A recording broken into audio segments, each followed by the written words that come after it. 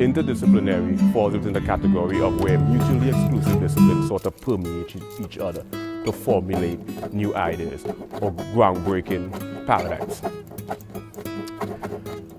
So we're taking these approaches and we're exploring multiple disciplines simultaneously. We're looking at mental disorder from a philosophical perspective. We're looking at mental disorders from a psychological perspective. We're looking at mental disorders from a physics perspective. We're looking at mental disorders from a musical perspective, from a musical theoretical perspective, and we're also going to explore mental disorders from a linguistic perspective.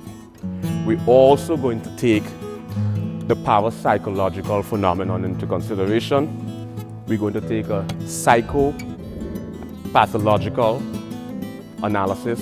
We're also going to take pathophysiological analysis. We're also going to study mental disorders from a neurological and a cognitive analysis.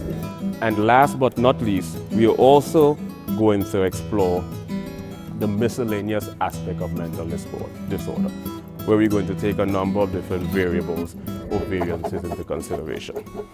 Now, before we get into all these details,